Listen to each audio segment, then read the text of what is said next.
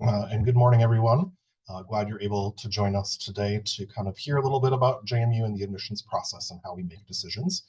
As Andrew said, my name is Chris Carlberg, and I am the Associate Director for Recruitment here in the Office of Admissions.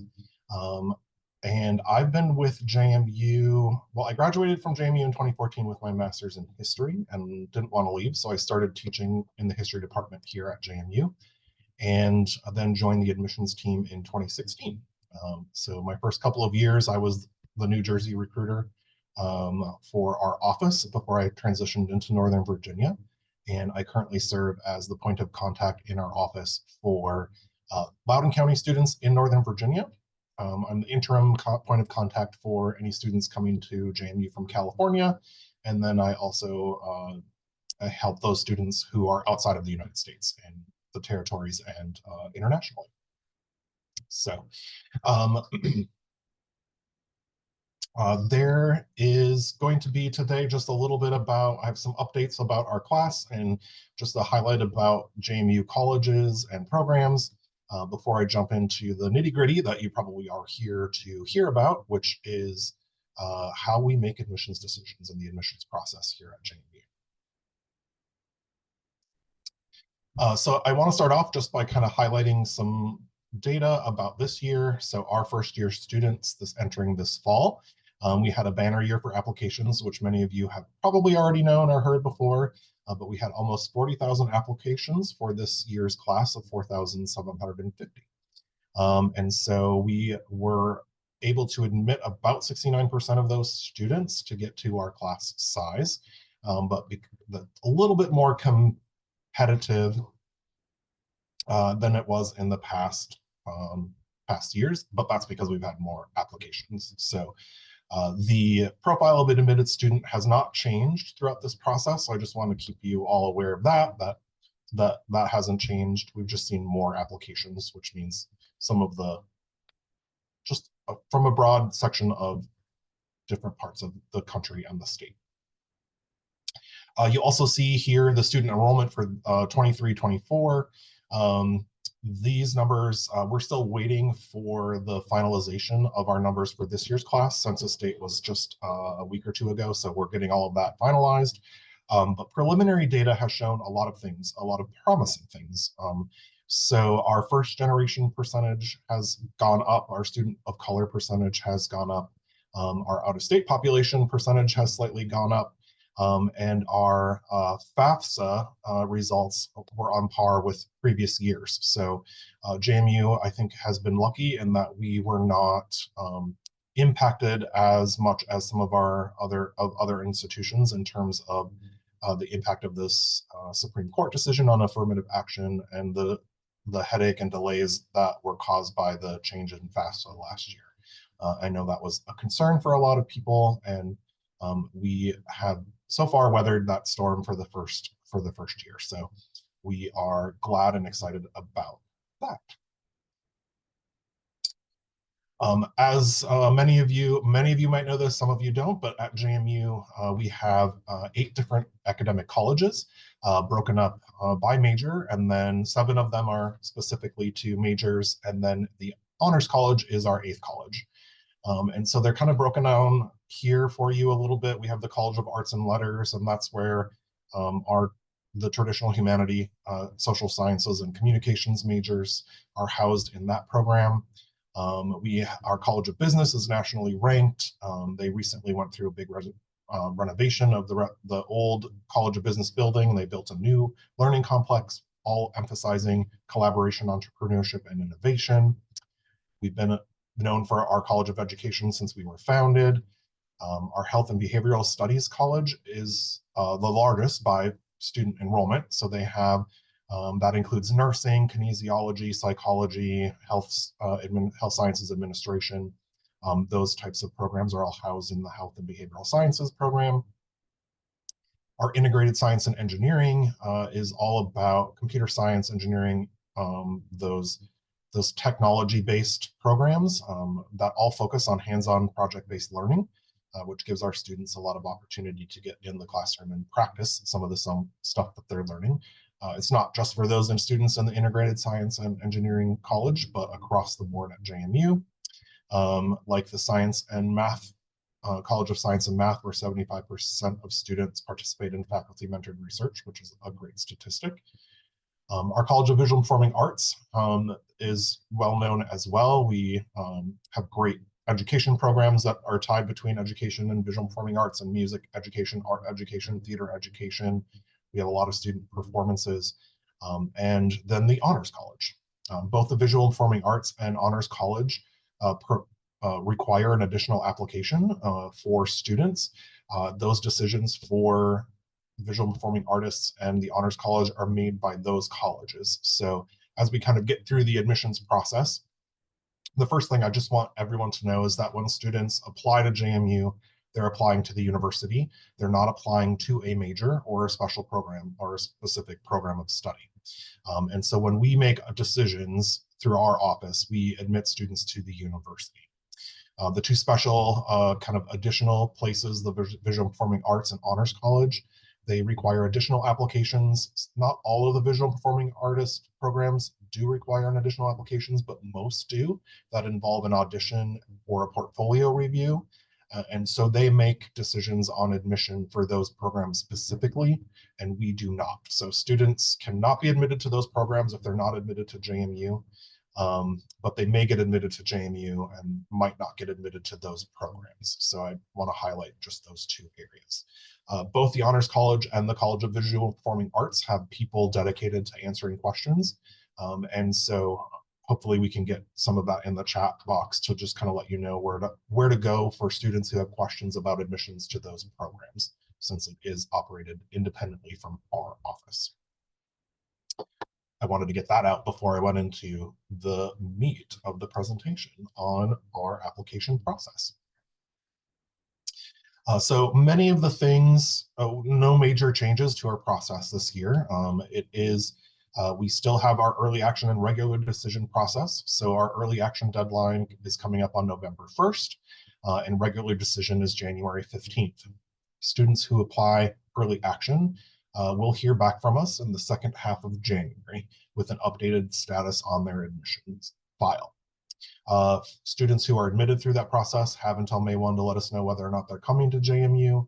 And then students who apply regular decision or who get deferred from early to regular will hear back from us in March. And obviously those students who get deferred, if they apply early, will hear in January that their application has been moved to the regular process. In those cases, students do not need to submit any more documentation, no more additional letters of recommendation. They are welcome to reach out to their admissions counselor just to communicate their continued interest in JMU, but there is no additional action they need to take outside of staying focused in their coursework. And there are many different reasons why a student might get deferred, so it is probably helpful for the student to reach out to their counselor, since it does depend on specific schools or location, region, and things like that. With our materials for applying, it is very simple to apply to JMU, and we only have 3 requirements. First is the obvious one, is applying. So we are on the Common App, and we have our own application, the JMU Apply Web application. We don't have a preference in terms of which application students submit, although I think the number is 98% of the students who apply to JMU use the Common App because we're on the Common. That is the first one. The second thing is we need an official high school transcript and then a senior year schedule. If your student's senior year schedule is included on the transcript, that's a 2-for-1. And so that's already completed when they submit that. Otherwise, there is a space right on the applications themselves for students to enter their senior year schedule. And we do need the full schedule. So I know some schools will have fall semester classes, but they may not know what they're taking in the spring, and that's okay. But as soon as a student knows what they're taking in the spring, we do need that information. So however the student wants, they can email that to us. We can update their file through an email. But once we have the application and the transcript, an application file for JMU is considered complete, and we can move forward with the review of the student's application. So those are the meat, that's the meat of our application process. We focus on that academic history and performance in our review of a student's application file, and all of our decisions are are circled back to that academic history and performance. I also will say, I forgot to mention when I was talking about deadlines, that because JMU is not admitting to program, our space is not limited at JMU based on what a student wants to study when they come to JMU, but we do require all of our first year students to live on campus, and we guarantee housing for that first year. So our space limitations are based on what we have in housing and also what we have in classes. So sometimes students get deferred from early action to regular because we won't know how many applications we have, and we don't want to overcrowd our housing. And so we want to make sure that we make the appropriate decisions for what we can handle here at JMU. And so there might be some students who get deferred for space reasons. And if a student waits to apply regular, if they meet the academic profile of someone who was admitted early, they will be admitted in the regular decision process. So it really doesn't matter when students apply, it's totally up to them. Again, the benefit of applying early is it's off their list of things to do over the Thanksgiving and winter holidays. But if it stresses your students out to have that done, which is almost just a little over a month away, which is crazy when we're talking about that November is coming up so quickly. But if it stresses them out too much, they can take a deep breath and apply for that January 15th deadline without any impact on their admissions decision by when they choose to apply. There are several optional supplements that students can submit to kind of round out their application. They'll enter their extracurricular activity right on the application themselves. Honors and awards also go on there. It's not listed here. They do have the option of submitting a personal statement or essay. So I should have updated this, but most students they'll complete the Common App essay. So they can share that with us if they would like to. It's the only essay on the Common App that they can share with us. So JMU does not have when they get to the JMU section of the Common App, there's not an additional essay prompt or anything like that. They can use that. They just check a box to share their Common App essay with us. I will say if they don't check that box, we will not get their essay. So if a student wants to share their essay with us, that's how they would do that. I will also say that as a application reader, the essay is my favorite part of the optional pieces because that's really where we get to know the students outside of the classroom, or if they share context about their classroom experience, that's where we would get that information. So I do encourage students to submit an essay, as it is the one that gives us the most context to to their experience and their life. And we like to read that because otherwise it's just a transcript for us. And so we get we get to know them as a student kind of through that transcript review process, but not so much a person. In terms of letters of recommendation, this becomes kind of a thing for students who apply through the Common App, they should follow whatever your policies are in your offices about how letters of recommendations are submitted. If you gather those and submit those and put them through the file. If a student applies through the Common App, in order for us to receive letters of recommendation, they have to come through the Common App. So if they're not attached to the student's Common App file, we will never receive them in terms of a letter of recommendation. With that said, I know Common App makes it hard for anyone to submit just one letter of recommendation, and JMU only reviews one letter of recommendation. So I know that there's little control over whether or not you submit 1 or 3 or 5, and we don't have any control over how many we get it's one file of application of letters of recommendation. But we only review one of those letters of recommendation. So for me, my practice is that I kind of quickly skim over the ones that I receive, and I focus my attention on the one that was providing me the most information, the most helpful information, so that I'm spending the time on a letter of recommendation that is pertinent to the application file, most pertinent to the application file. Most of them are pertinent to the file, regardless of what they're about, but there are some that have a little bit more meat to them. SAT and AC test scores are also optional, but JMU went test optional prior to the pandemic. So this is a practice that we had instituted because we know that what tells us whether or not a student is going to be successful at JMU is not their test score, but what kind of classes they've taken in high school and the grades they've earned in their core classes. So JMU is actually more test blind or test free than they are test optional. So students do not need to submit test scores to JMU. They are not taken into consideration at any point in our process or for any reason. So they do not help students get into JMU. They do not help students get scholarships, and they do not help students get into the Honors College. None of those things use the test scores as a metric in making their decisions. So students, when they're talking to you about applying to JMU, you can let them know that we do not need to see their test scores. If they should not put JMU down as one of the free schools that get their test scores, because again, there's more and more schools that are requiring them now, and JMU is not one of them. So they should use those free spaces for the schools that actually need the test scores.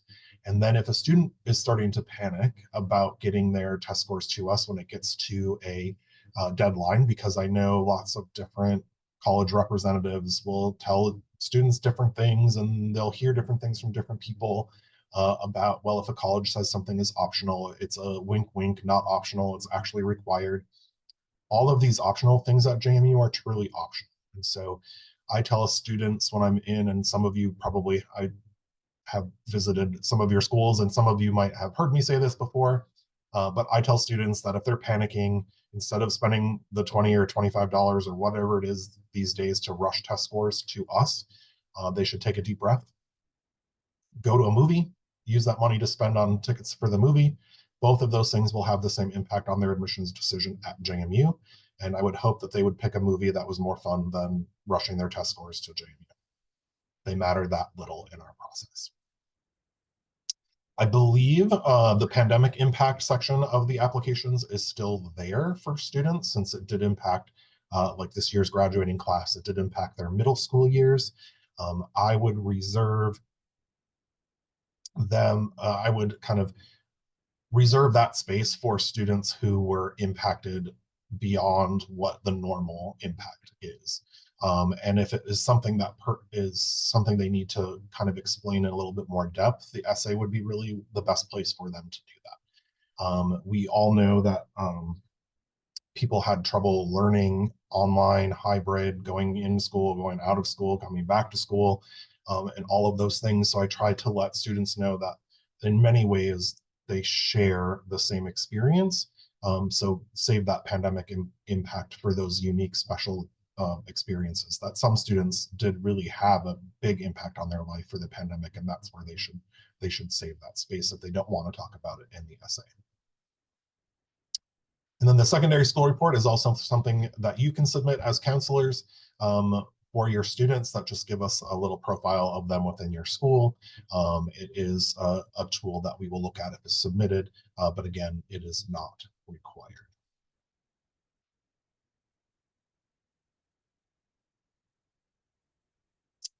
So with that said, let's focus on the main admissions criteria in our application review. Since all of those other things are optional, we do really focus on that academic history and performance. So JMU is a comprehensive review of materials. So we will review all of the materials that are submitted, but our decision is not, it's not a holistic process. So our decision is based on academic history and performance.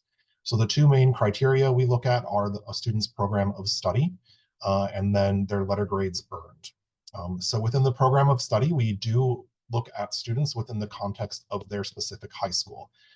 So a student who goes to one school in Loudoun County where I'm the representative is not compared to a student who goes to another school in Loudoun County. We do review students within the context of the rest of the students from that high school that apply to our school. This tends to be more applicable to our in-state schools, where we get some schools we have over 100 or 200 applicants from each individual high school. So it becomes more of a context of that applicant pool. outside of Virginia, that can vary based on the number of people who apply from a certain high school, if there are other people. And what we really are looking for is that students are taking advantage of some of those opportunities to take more challenging courses. So if there are AP, dual enrollment, IB, honors level, or the equivalent international Cambridge course offerings, we expect to see some of those types of courses on a student's transcript. We do really want to see that they've taken those steps to challenge themselves, because our data shows that students who have done that are much better prepared for that transition from high school to our college classes here at JMU. The other thing I want to just reiterate or iterate for the first time, if you're not hearing this before, is that we do emphasize core curriculum. So when we're looking at a student's program of study, we're focusing on English, math, lab science, social studies, and foreign language, or American Sign Language. And I'll talk a little bit more about those 5 core areas in a couple minutes, and just kind of what the minimum guidelines are, expectations, or only one area has a hard and fast expectation or requirement. The other thing, looking at letter grades, we focus on the individual letter grades in all of those 5 core areas. So when we review a student's application and we're looking at their transcript, we are picking out all of the English classes, all of the math classes, all of the lab science, social sciences, and foreign language classes, tracking them across the high school years, looking for trends in rigor, looking for trends in grades. And so it's a very in-depth study of a student's academic history and performance. And because we're only looking at those core and advanced classes, GPA is noted as a guideline, but it is not used as a criteria. So when we make a decision on a student, the actual GPA does not play a role in that.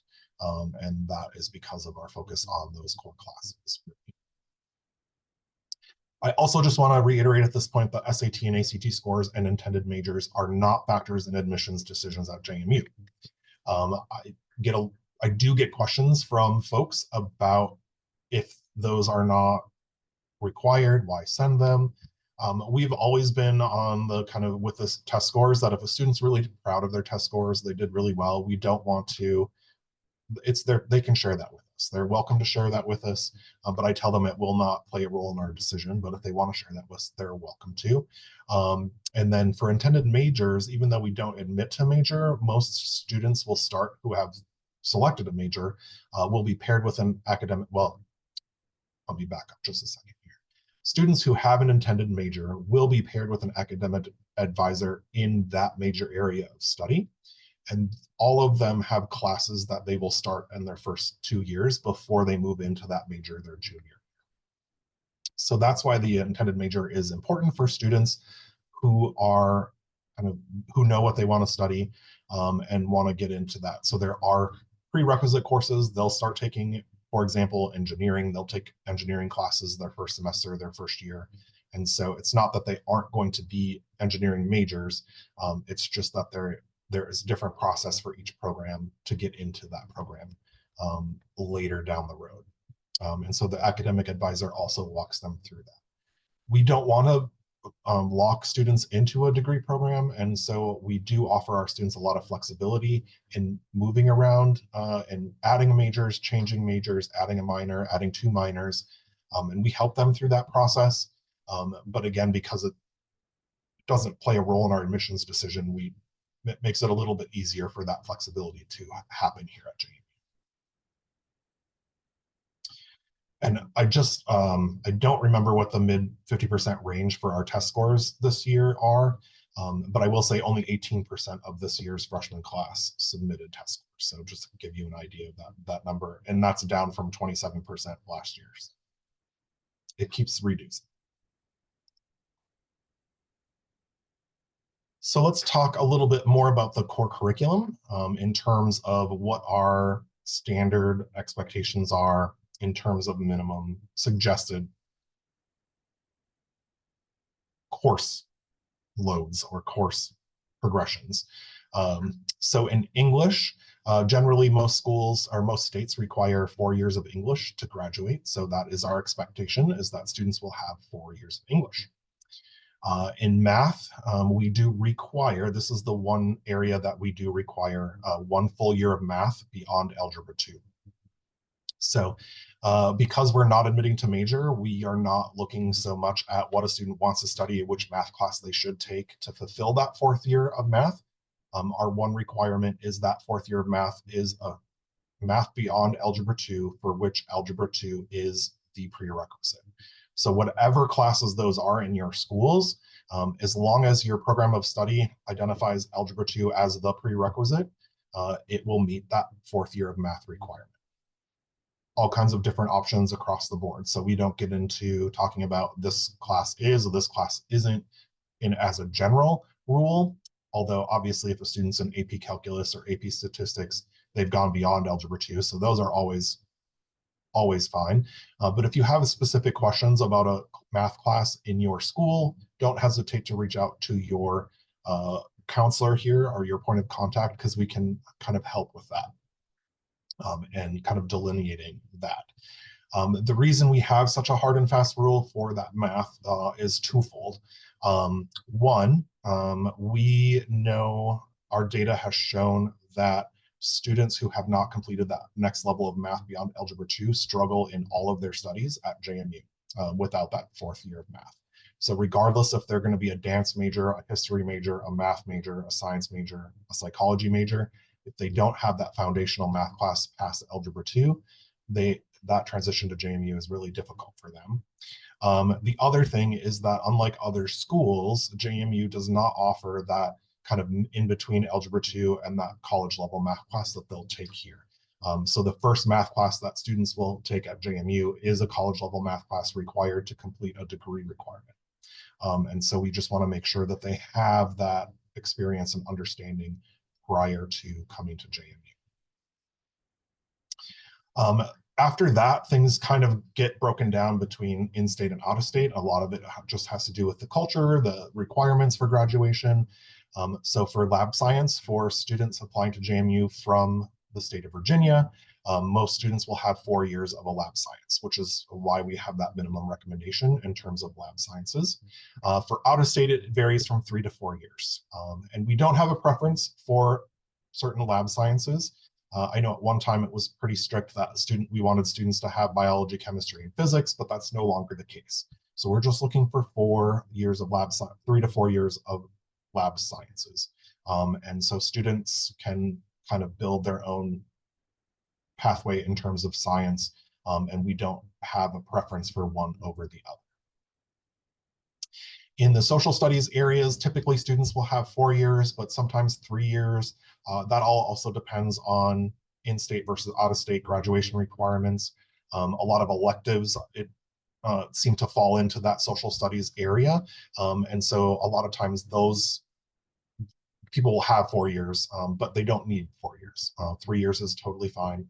Virginia, pretty much everyone has 4 years before they graduate because of the requirements in the state of Virginia. For foreign language, for in-state students, we're looking for 3 to 4 years of a single foreign language or 2 years each of 2 different languages. And for out-of-state students, typically the admitted student has 2 years of a single language or meets the state graduation requirement if it is not 2 years. We consider all languages classic or modern. So I know it depends on what's offered in the different high schools. American Sign Language we consider as a different language, so that can complete that requirement. But I will also say that we look at the level to which a student reaches in their foreign languages. So maybe a student takes Spanish 1 and 2 in middle school, and in their first year in high school, they take their Spanish 3, and then they stop. They will have met the minimum requirements. Even if they did not take all 3 years in high school, they've reached level 3. So just keep that tucked away. If a student has a foreign language waiver, or if English is their second language, they don't need to have all of that to be able to move on in our application review. Typically, we can tell when a student has English as their second language based on their application, but we don't always know about someone who might have a foreign language waiver in the high school setting. So that information, we really need to have the student share that with us. I know like in Virginia, again, I keep pulling this up because that's where I am a representative, but it's so uncommon that a student does not have a year, at least a year of foreign language, that if I come across a student who doesn't have any foreign language, I typically reach out to the counselor just to confirm that it's not missing, or like maybe they took a foreign language and completed all of that before they started high school. And so just to make sure that we have all of the information. And so we want to make sure that we're doing that background.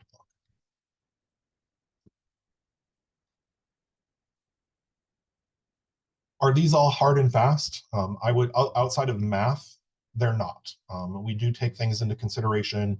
If a student is really gung-ho about foreign languages, for example, and maybe they want to go on and be major in a foreign language or teach a foreign language, they may go 5 or 6 years into a foreign language and kind of stop, like their lab sciences may be a little bit shorter. So we do kind of take into consideration when a student goes outside of any of these minimums and the impact that could have in their course selection in the other areas outside of English and math. Those typically are the ones that are the kind of we butt up against those most often.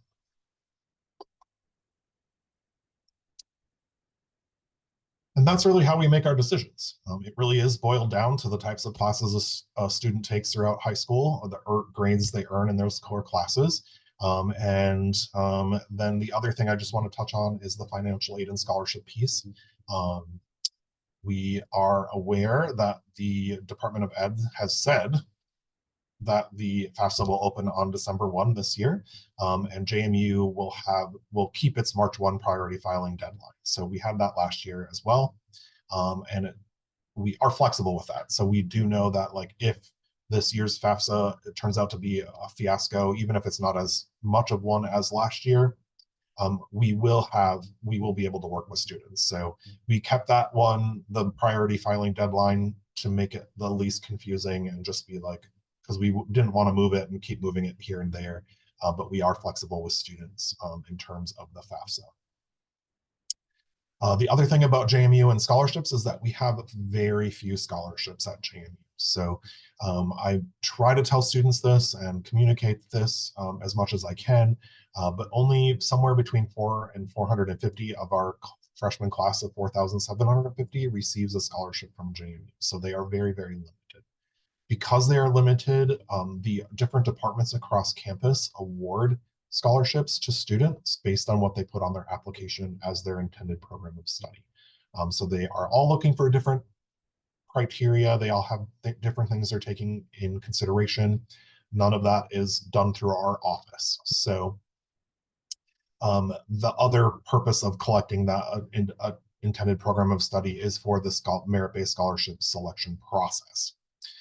For students who are undecided or exploratory, we also have merit-based scholarships for them. There is a committee of professors who look at those application files to make that decision. So they're not out of the running for scholarships if they don't have a major selected.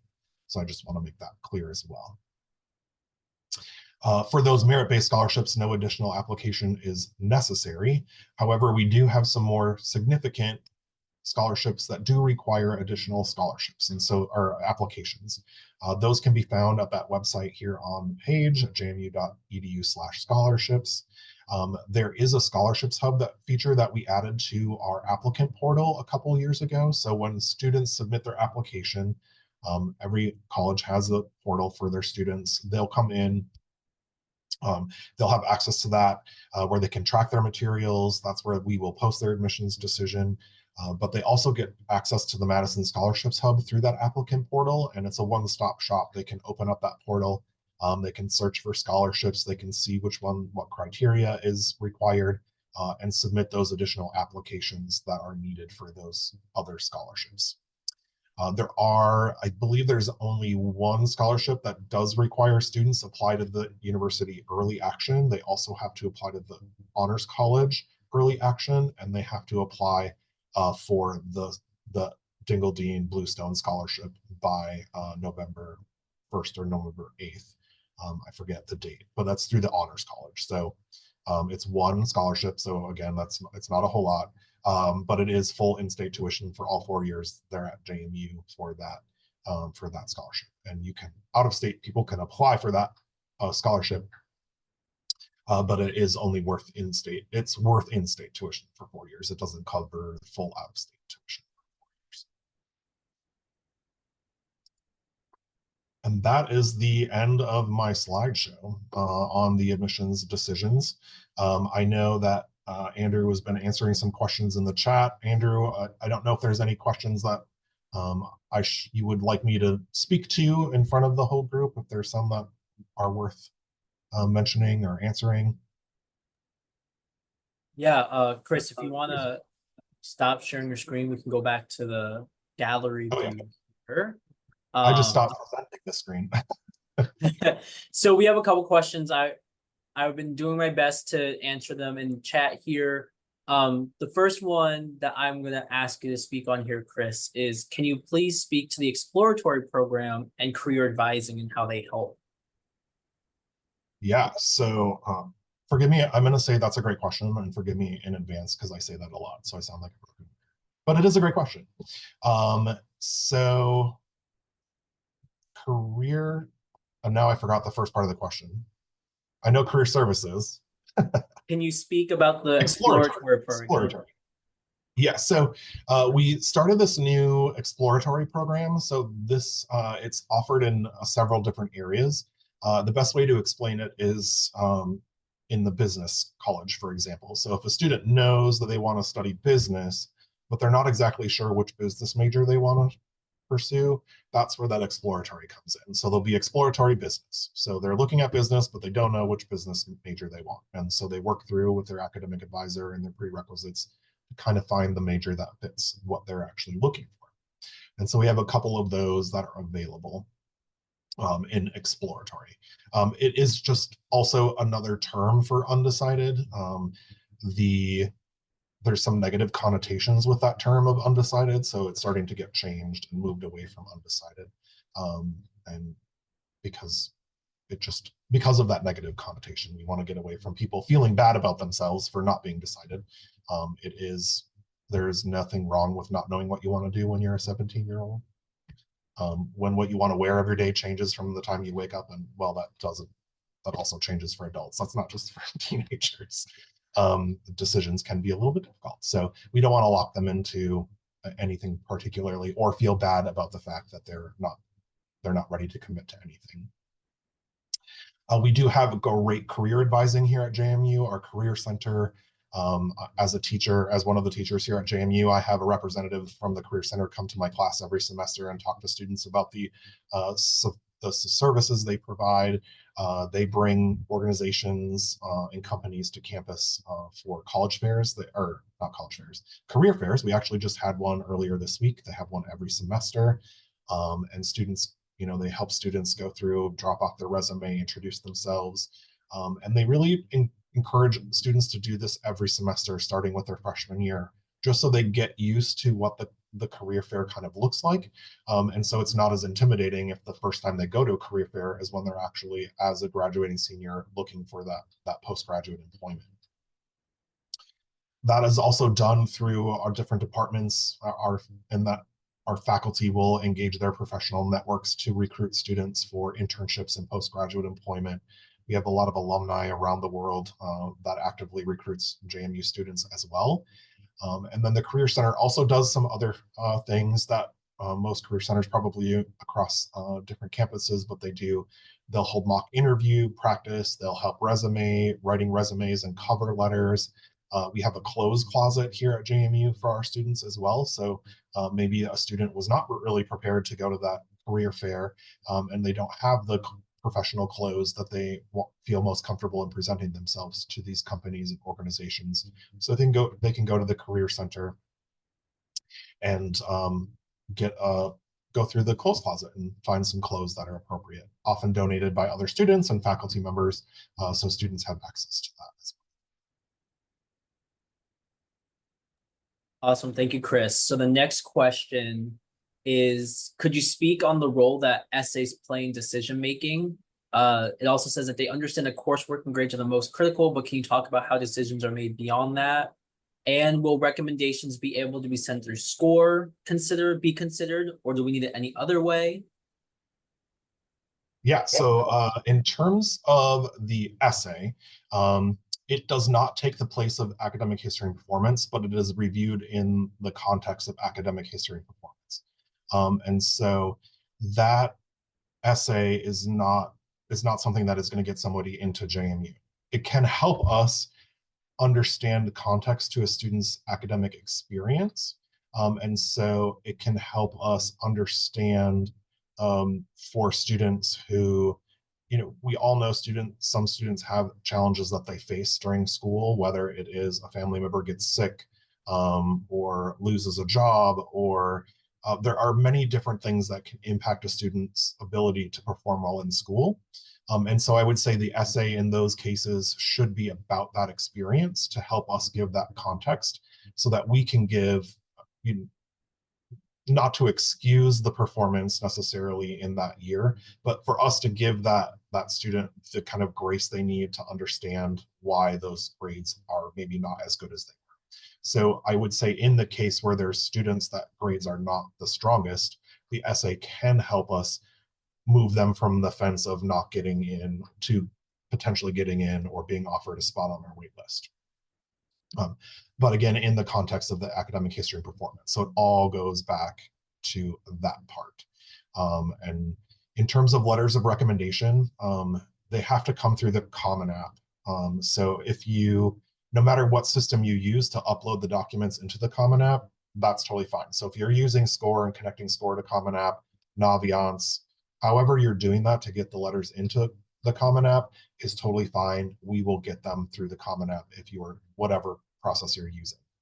We don't accept letters of recommendation over email. If they're sent in the mail, they have to come through the application the student uses for us to consider them.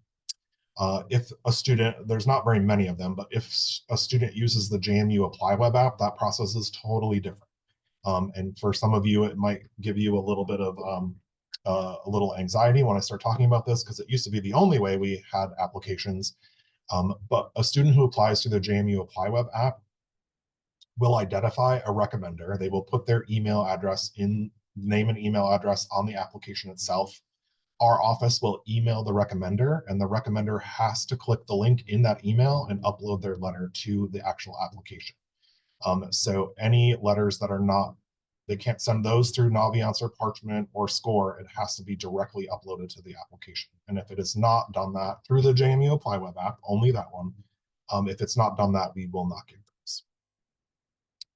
I will also share that the letter of recommendation is optional. And because it's optional, we get a lot of applications right towards the deadline. And it is the last document that is processed by our staff. So there are cases where we will review a file and make a decision on a student before we even know they have a letter of recommendation. So I encourage counselors to email their points of contact in our office if there is a letter of circumstance that you need to share with us for a student that applied to JMU, to make sure we have that. Please email that to us directly. Not necessarily the letter of recommendation itself, but you can just say, hey, I don't know if you've seen our letter of recommendation or this will be coming, but I just want to share this context to a student, this letter of circumstance, so we have that information because the documents are processed very last. And that is partly because the Common App doesn't allow us to just take one, and it takes a lot of them. We take all of them, and each document in our office is physical, like manually downloaded from the Common App, matched to a student's application, and then uploaded into the software we use to read applications. So they focus on those transcripts first and getting those in there so that the students know their application file is complete. And with 40,000 applications, I can't remember what the number, we had over 300,000 letters of recommendation last year. So each one of those has to be touched by someone in our office before they get matched to a file. And it just, as you probably all know, working in schools, our workload gets higher, but our staff levels don't change. So that process takes a little bit longer sometimes. Awesome. Thank you, Chris. So how does the student know which majors offer which scholarships? The only way to find that information is through that scholarships website, or the JMU, the Madison Scholarships Hub. So that will identify which scholarships are for what, how they do that. Merit-based scholarships are not listed there because they don't require an additional application. So those are just kind of offered out to students from the departments. And then what recommendations do you have for current juniors? Should they look into any summer programs? And does demonstrated interest matter to JMU? Yeah, so great question for juniors. The best advice I have for juniors is that as they're looking at their senior year, if they have not yet taken, if your school offers AP, dual enrollment, IB, or Cambridge, international Cambridge classes, and they have the opportunity to take one of those, at least one, if they're in the state of Virginia, they'll probably need more than that to be competitive coming from their high school, but that depends on the high school. But if they haven't taken any yet, I would recommend that they find an area that they're interested in and take an AP or dual enrollment or one of those college level classes. We consider them all the same level as college level courses, that they take some of that their senior year, so they have that kind of foundation before they come to college. And then what was the other part of the question, Andrew? Yeah, it's do you recommend like students take any summer programs? And then also if you could talk about demonstrate interest. Oh yeah, demonstrate interest. Summer programs can be helpful for juniors, particularly, so let's say you have a junior who would just be transitioning to Algebra 2 their senior year. You might want to, if they're looking at JMU seriously, you might want to encourage they take Algebra 2 over the summer so they can enroll that in that fourth math their senior year so they meet our minimum math requirements. Outside of that, there are no real like additional things that a junior should do between junior and senior year that will play a big role in our admissions decision. We do look at summer school classes, so that is something that if they want to take, they can certainly do that, but we don't expect that of juniors. And demonstrated interest is not something that JMU takes into consideration for admission at JMU. So they don't need to, we don't do interviews. We don't, if a student wants to reach out and ask questions, we're happy to meet with them and answer their questions, but it's for information purposes only. It's not something that plays a role in our admissions decision. Awesome, thank you. And we just got another question in here. This is referring to out-of-state applicants. So will admissions decisions for a district likely be consistent with what has been historically seen? Or do you anticipate any significant changes given the increase in applications that we've been seeing? So that is $1 million question, right? So students applying, we don't expect that the profile of an admitted student will change. So in most cases, the students who have been historically admitted will be admitted through this process. Our early action process might be a little bit tighter this year. So I will share that we might be deferring more students this year than we have in the past, because just to be aware that we expect to have even more applications this year, and we want to make sure that we're still able to admit our students in regular of the same admitted profile as we did in early. So we want to give ourselves that safety net. But I don't foresee it impacting our decisions by any huge amount. And I know that was a very cagey answer to a question, but it's really hard to tell what's going to happen for those students that are a little bit on the fence. Awesome, thank you. So that was the last of the questions in the chat. If you have any other questions and you want to put them in the chat, we have a couple minutes left here before we reach the hour, or you can also unmute yourself if you're comfortable having your voice heard on the recording. So I'll give it a couple seconds for any last minute questions here. And then if not, we'll close up.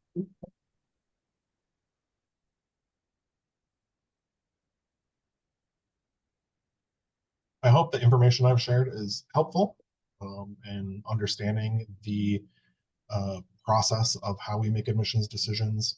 I know that every school does it different, so it makes your world very, very difficult, and it makes the world for your students and parents even more confusing because we all do it differently. But one thing I appreciate about working at JMU and in the Office of Admissions is that we are trying to be as helpful as we can and as straightforward and transparent as we can with folks when they reach out in situations like this. And I will put a plug in for our Visiting Counselor Day, which is going to happen in March. So it will come out in the newsletter that you receive through the counselor education program, but it's scheduled for March 25th, and it's a program where you come to campus. We will share updates. You'll meet some admissions folks. We do a mock committee experience, so you can kind of see how, like, get into that like actual process of how we make decisions. Eat lunch on campus, and then we have some breakout sessions that include like a tour or some other programming options. So I encourage you, if you are able to get to JMU on that March 25th, reach out to the counselor education program for more details. But thank you so much for your time this morning, and I hope you have a great rest of your day. I don't know, for any of those who are in Virginia or the East Coast, it's been cloudy and rainy for like 10 days in a row now. And so we're looking forward to the sun. We have family weekend this weekend, so I'm hoping the sun will come out, even though we know there's a hurricane tropical storm coming up the coast. So we'll see how that ends up working out for our families. But thank you. All right, and it looks like it's just a lot of thank yous in the chat here. So just kind of bounce off of Chris here. I do want to thank you all for coming today, spending your beautiful morning, afternoon, evening with us, and learning more about the JMU process here. Yeah, so reach out to the counselor education program at counselored@jmu.edu for the visiting counselor event. We'll be in connection with you all too as well in our newsletters that'll be coming out relatively monthly here. So that's the best way to get information on that. But thank you all again for coming. Thank you, Chris, for doing the webinar. It's been absolutely fantastic. I hope you all have a great rest of your day. And this will, like I said, be recorded and posted on the website so you can visit it or revisit it again in the future. Have a great rest of your day, everyone. Thank you. Bye. Thank you. Thank you.